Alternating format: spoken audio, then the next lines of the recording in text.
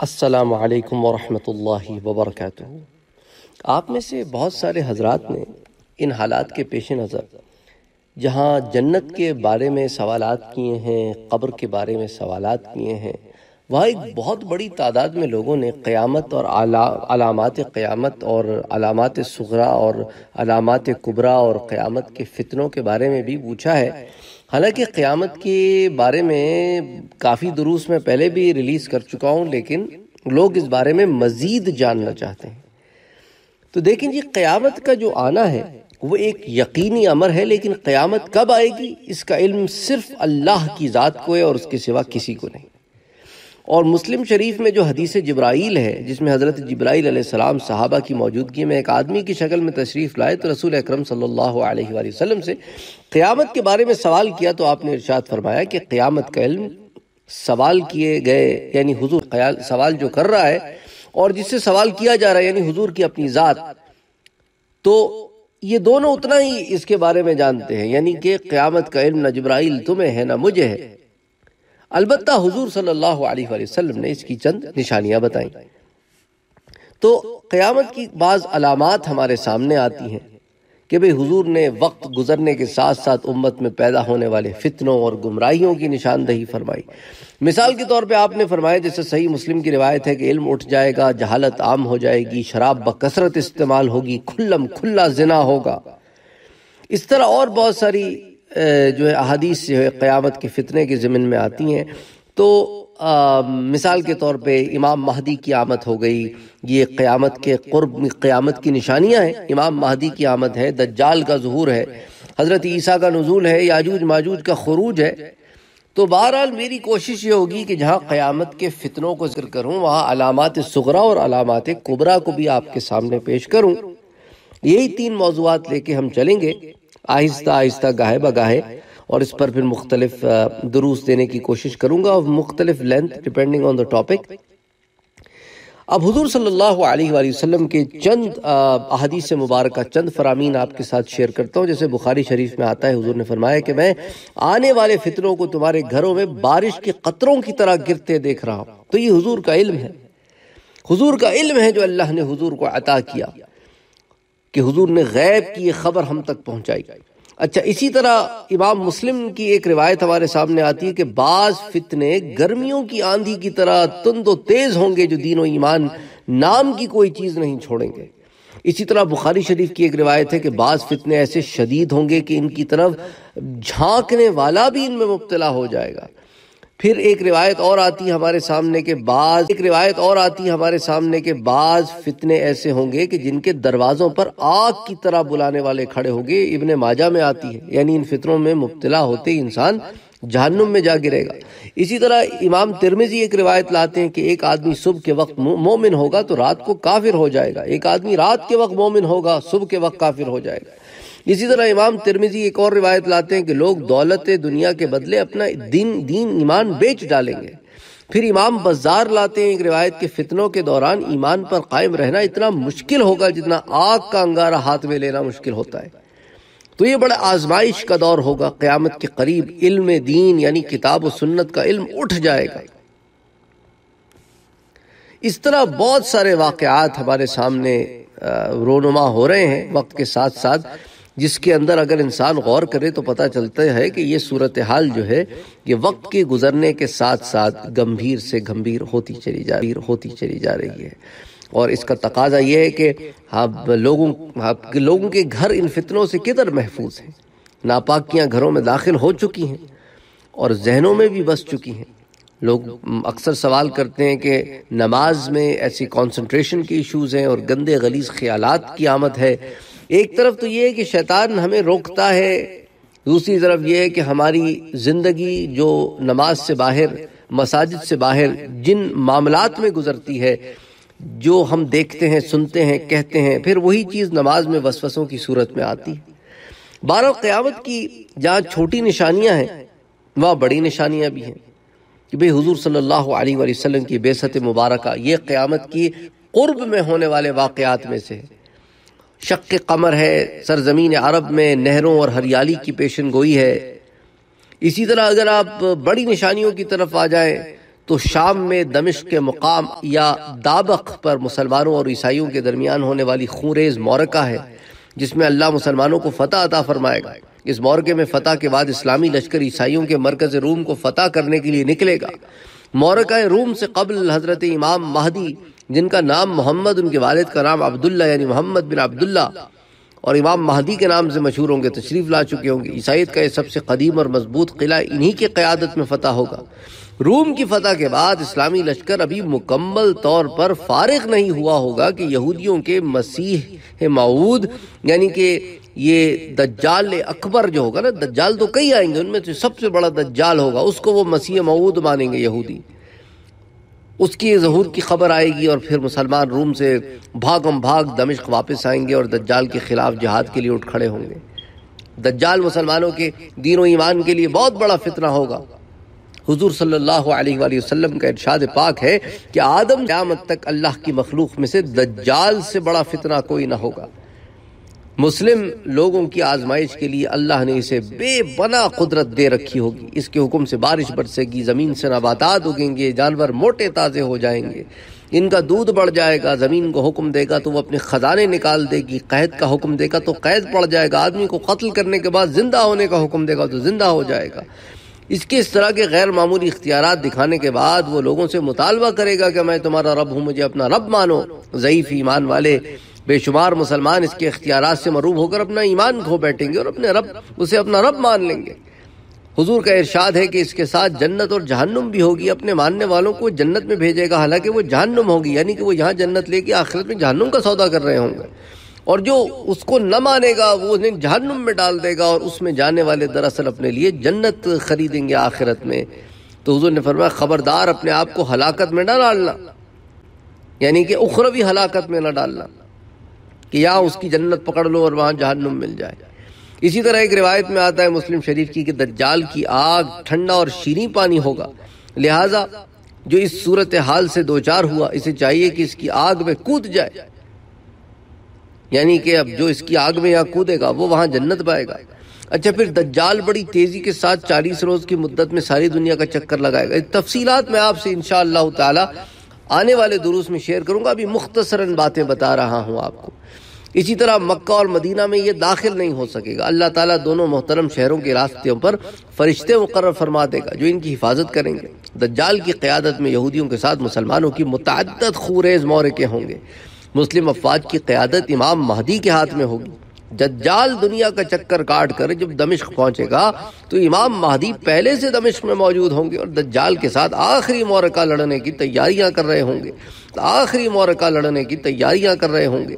اور اسی دوران نماز فجر سے پہلے 2 فرشتوں کی مدد سے حضرت عیسیٰ علیہ السلام دمشق کی جامع مسجد کے شرقی مینار پر نازل ہوں گے۔ مسلمان نماز کے لیے کھڑے ہوں گے۔ امام مہدی حضرت عیسیٰ کو نماز پڑھانے کی دعوت دیں گے، لیکن حضرت عیسیٰ فرمائیں گے آپ ہی نماز پڑھائیں۔ چنانچہ حضرت عیسیٰ امام مہدی کی قیادت میں نماز فجر ادا کریں گے۔ اس وقت دجال 70,000 یہودیوں کے لشکر سے شہر کا محاصرہ کیے ہوئے ہوگا۔ اسلامی افواج کی قیادت اب حضرت عیسیٰ علیہ السلام کے ہاتھ میں ہوگی۔ آپ دجال کے لشکر پر حملہ کریں گے، گھمسان کی جنگ ہوگی۔ دجال فرار ہونے کی کوشش کرے گا، حضرت عیسیٰ علیہ السلام اس کا تعاقب کریں گے اور لد کے مقام پر گرفتار کر لیا جائے گا۔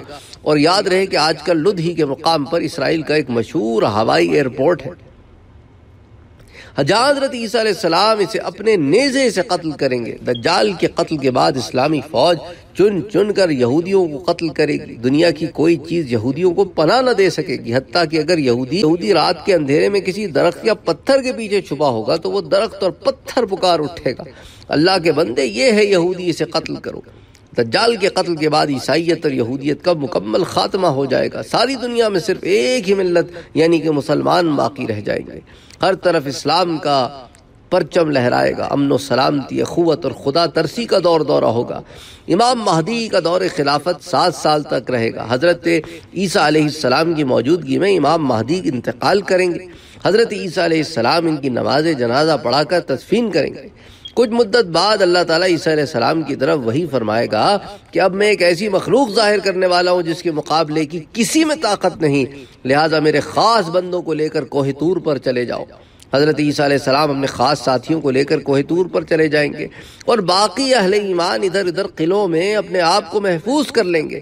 تب اللہ تعالیٰ سد ذوالقرنین میں مقید یاجوج ماجوج کو باہر، آپ کو پہلے بھی بڑی تفصیل سے بارے میں بتایا تھا، بعض کا یہی خیال ہے کہ حضرت نوح علیہ السلام کی نسل سے 2 بھائی تھے جن کی اولاد یہ یاجوج ماجوج ہیں۔ بہرحال یہ باہر نکلیں گے، ان کی تعداد اتنی زیادہ ہوگی کہ ان کے پہلی جماعت بحیرہ تبریہ جھیل ہے، شام کے سرحد پر واقع ہے، جہاں سے دریائے اردن نکلتا ہے، تو وہاں پر پہنچے گی تو اس کا سارا پانی پی کر خشک کر دے گی۔ یاجوج ماجوج ساری دنیا میں اس قدر خوریزی کریں گے کہ اپنی دانش میں وہ تمام اہل زمین کو ختم کر ڈالیں گے اور کہیں گے اب ہم اہل آسمان کو قتل کریں گے، چنانچہ وہ اپنے تیر آسمان کی طرف پھینکیں گے جو اللہ کی قدرت سے خون آلودہ ہو کر نیچے گریں گے۔ یہ دیکھ کر وہ دعویٰ کریں گے کہ اب تو ہم نے اہل آسمان کو بھی ختم کر دیا۔ اس عرصے میں غلے کی شدید قلت پیدا ہو جائے گی، چنانچہ حضرت عیسیٰ اللہ سے دعا فرمائیں گے کہ یا اللہ یاجوج ماجوج کو ہلاک کر دے۔ اللہ کے حکم سے ان کی گردنوں میں ایسی بیماری پیدا ہوگی جس سے وہ سب ایک ہی رات میں ہلاک ہو جائیں گے۔ ان کی ہلاکت کے بعد سارے شہر اور بستیاں بدبو سے متعفن ہو جائیں گے۔ حضرت عیسیٰ علیہ السلام اللہ سے دوبارہ عرض کریں گے یا اللہ اب اس عذاب سے بھی ہمیں نجات دلا۔ چنانچہ اللہ تعالیٰ اونٹوں کی گردنوں والے پرندے بھیجیں گے جو یاجوج ماجوج کی لشکر اٹھا کر لے جائیں گے۔ تعفن ختم کرنے کے لیے اللہ تعالیٰ بارش برسائے گا جس سے فضا بالکل پاک اور صاف ہو جائے گی۔ یاجوج ماجوج کے خاتمے کے بعد ایک دفعہ پھر دنیا میں خیر و برکت کا دورہ ہوگا۔ آپ صلی اللہ علیہ وآلہ وسلم کا ارشاد مبارک ہے کہ اس وقت ایک انار سے لوگوں کی پوری جماعت اپنا پیٹ بھر لے گی، ایک گائے کا دودھ پورے قبیلے کے لیے کافی ہوگا، حسد بغض اور کینہ بالکل ختم ہو جائے گا۔ اسی خیر و برکت کے زمانے میں حضرت عیسیٰ علیہ السلام فوت ہو جائیں گے، مسلمان ان کی نماز جنازہ پڑھیں گے اور وہ حضور صلی اللہ علیہ وآلہ وسلم کی قبر مبارک کے ساتھ خالی جگہ پر مدفون ہوں گے۔ قبیلہ قحطان میں سے جہجہ نامی ایک شخص حضرت عیسیٰ علیہ السلام کا خلیفہ بنے گا۔ حضرت عیسیٰ علیہ السلام کی وفات کے بعد آہستہ آہستہ پھر تنزل اور انحطاط کا دور شروع ہوگا۔ قیامت کی بڑی علامات یکے بعد دیگرے ظاہر ہونے لگیں گی۔ پہلے 2 بڑے خسف یعنی علاقوں کے زمین میں دھنسنا یہ ہوں گے، ایک مشرق میں ایک مغرب میں۔ مشرق اور مغرب کے خسف میں کون کون سے ملک تباہ ہوں گے یہ اللہ ہی بہتر جانتا ہے۔ بعید نہیں کہ مشرق کے خسف میں ہو سکتا ہے بالکل جو مشرقی ملک ہو، اور مغرب کے خسف میں ہو سکتا ہے جو بالکل مغربی ملک ہو، اللہ بہتر جانتا ہے۔ بہرحال خسف کے بعد آسمان سے ایک دھواں ظاہر ہوگا جو ساری زمین کو اپنی لپیٹ میں لے لے گا۔ سارے لوگ اس سے متاثر ہوں گے، ایماندار کم کافر زیادہ۔ آہستہ آہستہ آسمان صاف ہو جائے گا اور لوگوں کو اس عذاب سے نجات ملے گی۔ اس سے اگلی نشانی سورج کا مغرب سے طلوع ہونا ہوگی۔ آپ صلی اللہ علیہ وآلہ وسلم کا ارشاد مبارک ہے کہ سورج روزانہ غروب ہونے کے بعد اللہ کے عرش کے نیچے آ کر سجدہ کرتا ہے اور اسے اللہ حکم دیتا ہے جس طرف سے تو آیا ہے اسی طرف کو لوٹ جا۔ چنانچہ سورج مشرق کی طرف سے طلوع ہوتا ہے۔ ایک روز عرش کو سجدہ کرنے کے بعد سورج کو حکم ہوگا جس طرف سے غروب ہوتا ہے اسی طرف سے طلوع ہو، چنانچہ سورج مغرب کی طرف سے طلوع ہوگا۔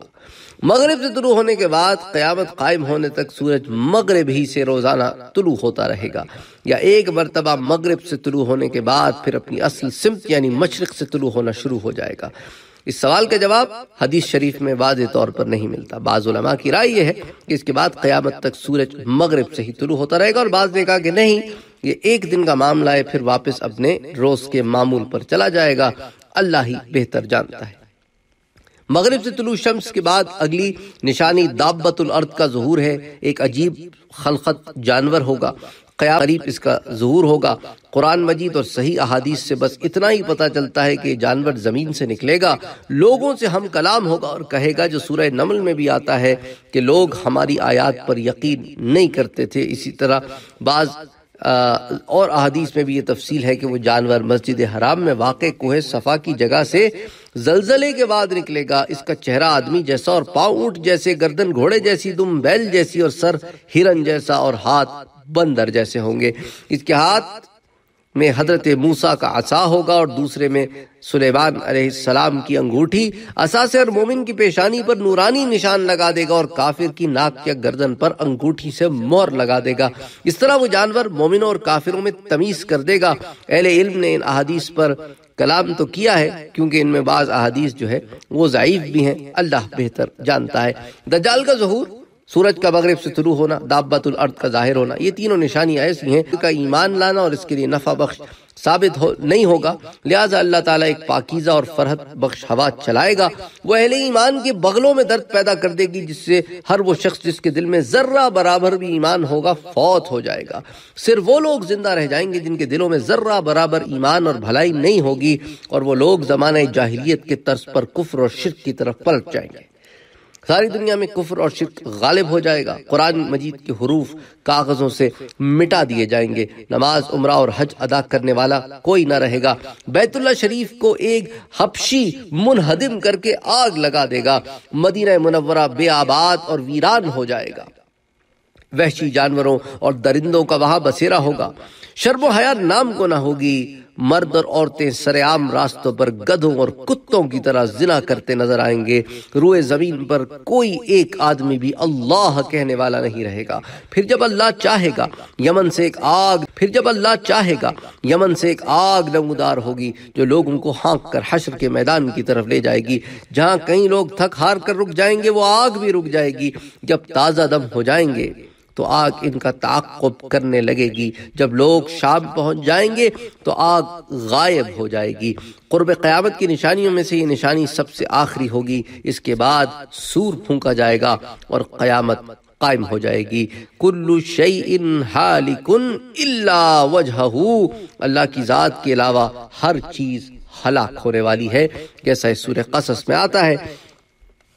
بہرحال یہ چند ایک باتیں تھیں اس ضمن میں جو میں آپ کے سامنے رکھنا چاہتا تھا، اور بہت ساری اس طرح کی اور پیشن گوئیاں ہیں قیامت سے قرب معاملات کے بارے میں، ان میں سے چند ایک اور آپ کی گوشت گزار کر دیتا ہوں، پھر باقی معاملات اگلے درس میں شیئر کروں گا۔ جیسا امام احمد ابن حنبل ایک روایت لاتے ہیں کہ لوگ صرف جان پہچان والوں کو کریں گے، پھر امام بخاری ایک روایت لاتے ہیں کہ لوگ حلال و حرام میں تمیز نہیں کریں گے، پھر امام ترمذی ایک روایت لاتے ہیں کہ لوگ دولت دنیا کے عوض اپنا دین اور ایمان بیچ ڈالیں گے، پھر امام مسلم ایک روایت لاتے ہیں کہ قتل بہت ہوں گے، حتیٰ کہ قاتل کو علم نہ ہوگا کہ اس نے کیوں قتل کیا، اور مقتول کو علم نہ ہوگا کہ کیوں قتل کیا گیا۔ مسلم شریف میں ایک روایت آتی ہے کہ عورتیں ایسا لباس پہنیں گی کہ لباس کے باوجود ننگی عریاں نظر آئیں گی۔ ابن حبان نے ایک روایت لاتے ہیں کہ وقت اس تیزی سے گزرے گا کہ سال مہینے کے برابر، مہینہ ہفتے کے، اور ہفتہ دن کے، اور دن گھنٹے کے برابر محسوس ہوگا۔ امام مسلم ایک روایت لاتے ہیں کہ ایسے لوگ حکمران بنیں گے جو انسانی شکل میں شیطان ہوں گے۔ امام طبرانی کی ایک روایت ہے کہ ایسے لوگ حاکم بنیں گے جو مشرکوں سے بھی بدتر ہوں گے۔ اسی طرح امام طبرانی ایک اور روایت لاتے ہیں کچھ ایسے حکمران ہوں گے جن کے دل مردار کی بدبو سے زیادہ غلیظ ہوں گے۔ امام احمد ایک روایت لاتے ہیں کہ قلم ظاہر ہوگا، قلم جو کہ دنیا میں نشر و اشاعت کا سب سے قدیم ذریعہ ہے، حضور صلی اللہ علیہ وسلم کے وقت بھی موجود تھا، لیکن آنے والے وقت میں قلم کے ظہور کی پیشن گوئی سے مراد ذرائع ابلاغ کی نئی ایجادات ہیں جو آج ہمارے سامنے اخبار، جرائد، رسائل، کتب، ریڈیو، ٹی وی، انٹرنیٹ، ویڈیو، ٹیلی فون اور مختلف ذرائع سے سامنے آتی ہیں اور آنے والے وقت میں آتی رہیں گی، اور بھی غیر مسلم قومیں مسلمانوں پر اس طرح چڑھ دوڑیں گی جس طرح کھانا کھانے والے ایک دوسرے کو دسترخوان پر بلاتے ہیں۔ اس کی وجہ آپ صلی اللہ علیہ وسلم نے بیان فرمائی، سنن ابی داؤد کی روایت ہے کہ مسلمان دنیا سے محبت اور موت سے نفرت کرنے لگیں گے، اور مسند بزار میں ایک روایت آتی ہے کہ مسلمان یہود و نصارہ کے رقش قدم پر اس طرح چلیں گے کہ اگر وہ ایک بالش چلیں گے تو مسلمان بھی ایک بالش چلیں گے، اگر وہ ایک ہاتھ چلیں گے تو مسلمان بھی ایک ہاتھ چلیں گے، اور اگر وہ 2 ہاتھ چلیں گے تو مسلمان بھی 2 ہاتھ چلیں گے، حتیٰ کہ ان میں سے اگر کوئی اپنی ماں سے زنا کرے گا تو مسلمان بھی اپنی ماں سے زنا کرے گا۔ تو یہ چند ایک اور احوال تھے جو پیشن گوئیاں تھی قیامت سے قریب ہونے والے واقعات کی طرف ہماری نظر کراتی ہیں۔ اللہ تعالی ہمیں محفوظ رکھے ان گناہوں سے، ان برائیوں سے جو لوگوں میں پیدا ہوں گی، اور ہمارے ایمان کی حفاظت کرے، ہمارے آل کی ایمان کی حفاظت کرے۔ انشاءاللہ تعالی پھر اس سلسلے کو اگلے درس میں بھی جاری رکھیں گے کہ قیامت کی علامات، صغرا، کبرا، قیامت کی نشانیاں، پھر انشاءاللہ تعالی آپ سے اگلے درس میں ملاقات ہوتی ہے۔ السلام علیکم ورحمۃ اللہ